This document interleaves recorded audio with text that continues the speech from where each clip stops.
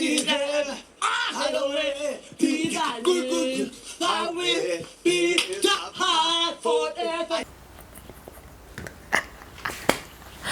has this interview been? Where has she been all this while? Why is she coming out now? Alcohol, you see, alcohol can do a lot of things to people. So tonight, last night was hilarious, especially the after party. And I'm going to tell you guys all about it. I'm going to give you guys all the gist. I've been here trying to gather and put all the gist together, so there's a lot for me to give you guys. So if you are new to this channel, please do well to subscribe, turn on your post notifications so that you don't miss any video, and don't forget to give this video a thumbs up. So for the party last night, let me just begin with before the party, Big Brother provided clothes for them, and it was inspired by their weekly wager. That's the animal stuff that they did, because this week was all about animals. So their clothes had animal prints. Most of them looked really good. For me, I particularly liked Ntabi's outfit. She looked, especially with the way she put it together, her shoes and everything. And then Nale also, her clothes was also good, but the boots that she wore, I don't know how that came about. Paul also looked good. And then Venus, or more. Biggie did Venus dirty, and I don't know if I captured it, but yeah, they were generally looking good and comfortable for their party. Now let's talk about the party. For the party, they had 2 DJs, which is what they've been doing so far, and the DJs were DJ DBN Gogo and DJ Speedster. DJ DBN Gogo came first. I don't know if I'm pronouncing it right, so whether Gogo or Gogo. If I'm not getting it, just, you know, sorry. But yeah, those are the 2 DJs that came. And they should have brought the second guy and the guy first before the lady, because apparently the guy played more of hip-hop, slow songs, all of that. And it was the lady that was giving us, you know, Amapiano, Afro beats and stuff. So that's the kind of thing that you play later, not before. As for the party, is there any rule that they said that guys are not supposed to dance with ladies in this house, please? You guys are not like rocking the ladies. You know how parties to be now. I don't even know if there's any rule for that. It's only Temba that I saw that was going around, you know, dancing with different ladies. He danced a lot with Tato. You know, they actually really danced a lot. Then he danced with Ntabi and, you know, with most of the ladies. Apart from that, the other guys were just, I don't even know, being all boring and stuff. Tulz and what they call him, Gashwan, they were just there doing bartender work, or they were not even doing bartender work, they were just seated there, and I feel like they were even bored. They were just sitting there doing nothing. Gashwan is giving me T-Boss vibes, literally, at this point, because he is never dancing during their parties. Gashwan, what's going on? See, you need to give us vibes. I don't understand what you're doing. So, but on a general note, the party actually had vibes. Like, people were happy. You could tell that they were happy. Sister Mara and Ntabi, they were, you know, giving us different dance steps. Nale and Yoli, they were also dancing, looking very happy. So generally the vibe of the party was happiness. They were all happy dancing. Then Venus and BU, they were the main focus of the party, or they were the main people of the party. They were the one giving us, you know, close-up dance steps. I did not expect that the vibe, that kind of vibe, was going to come from them. I was thinking that it would come from Vino and Terry, but it was Venus and B that were giving us, you know, couple dance kind of goals. Meanwhile, Terry was by the DJ almost throughout the party. That's literally where she stayed from the beginning to the end. Or there are times that she left. It was worse during when the second DJ came. That's the DJ Speedster. Like, she was literally there, like literally by the DJ stand. I was like, Terry, what's going on here? A lot of people are saying that she wants the guy and everything, but for me, I think that at the second half of the party, she was obviously more tipsy than she was at the beginning. So, but she spent most of her time there, and Vino was just there sitting down, not knowing what to do. But he was just there sitting down.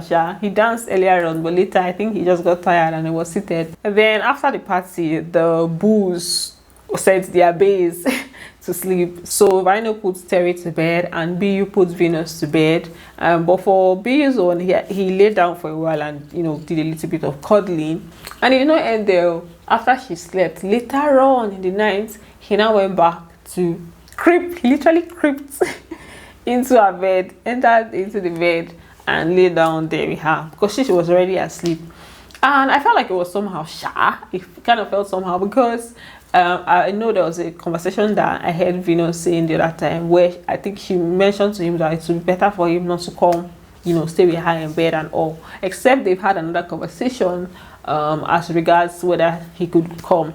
But even though it would be better if maybe he would have gone to stay with her like another day where she's like much better, and like, because this night she was literally tipsy, like tipsy. Nale was tipsy, Terry was tipsy, Venus was tipsy, like all of them, they drank a lot. So that's it for them. Now another gist. So apparently Tato and Tulz, they spent a lot of time together last night. From the party, they danced together actually, like towards the end, like they had some moments together. Then after the party, they were seated by the dining and they were having a conversation about like, just some mushy stuff. He was telling her that she's cool and everything, and it was just like they were having a good time basically. Should I be afraid of you? No. Okay. Not even a little bit, right? No. If you give me reason, then you should be afraid, yes. Well, I mean, Tato the murderer. No! Like, come on. No, just... Not long after the conversation, Nale and Tato, they were on the couch having a conversation. Nale was telling Tato that she misses intimacy and that she likes to be cuddled, she likes to be kissed, and she was literally crying.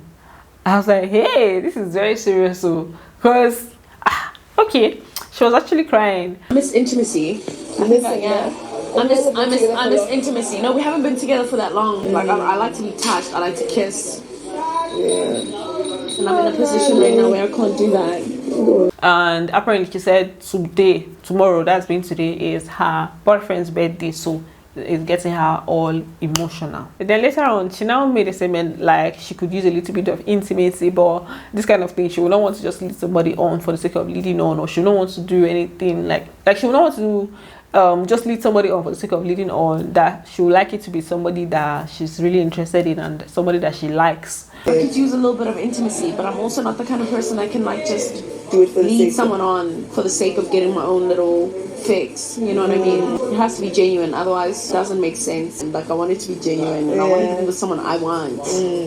That statement just threw me off. Like, what's the motive here? Because now this is this then that Tato and Tulz are like, vibing and all, and then this is Nale and Tato having this conversation about this type of thing, and Nale and Tato, is not like they're really close like that. So what is this conversation about? It just came across like she was trying to guilt trip Tato, like just making her see that, okay, I'm feeling maybe lonely and all. And then she also made mention of the fact that most of the people upstairs in her room are all cuddled up. Terry and Venus now has been taken, and then you have Umpo and Libo. So apparently she was just saying those that are cuddled up.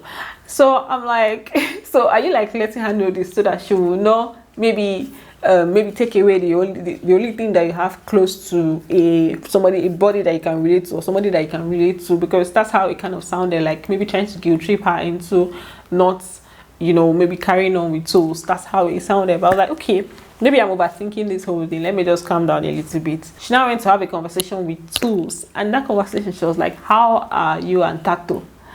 I was like, yes, I'm not overthinking. That's literally what this whole thing is about. She's like, how is it with you and Tato? And I was like, yeah, they're fine, they're good, they're taking it slow and everything. And she was like, yeah, that's cool that you guys will take it slow and stuff. How are you, and if you don't mind sharing, how are you and I don't speak sign language. Tato? We're cool. I mean, she's amazing. She's cool. She is. Then she now also like give him a little insight as to how she was feeling, and the way like most of the people that she's close to are all like they found somebody that they're comfortable with. Then there's a statement that she now made, and honestly speaking, she's more open to it than I'll ever be, because circumstances are very, very, very, very, very different. Why is it hurting you so much then? It's not hurting me. It's not hurting me. It's just something that I'm aware of. The way the statement came was like, okay, it's good you're going for her because you could not get me. That's kind of like, she's kind of like, it's almost like she wanted to certify to herself that, okay, the reason this guy is going for this lady is because, I'm not available. It's just like trying to satisfy yourself, like, you know, just to make yourself feel better, basically, just to make yourself feel better. So like, yeah, it's good you're going for her, because it would have obviously not worked with me. The only one just funny. And then Tulz now said that if anything, they should be proud of themselves that they were, she was able to stick to her decision. She's like, yeah, that she's proud of herself, but it doesn't mean that it's not going to get to her. She will not feel bad about it. I'm definitely proud of myself for sticking to my word, but I'm not saying that it was easy or that it's not affecting me now, considering the fact that majority of the people I sleep with upstairs are kind of like finding connections in the house. I was like, okay, oh. So they finished having the conversation. They were still sitting there. Akasha now said that she now pointed out that Nale, you have been crying.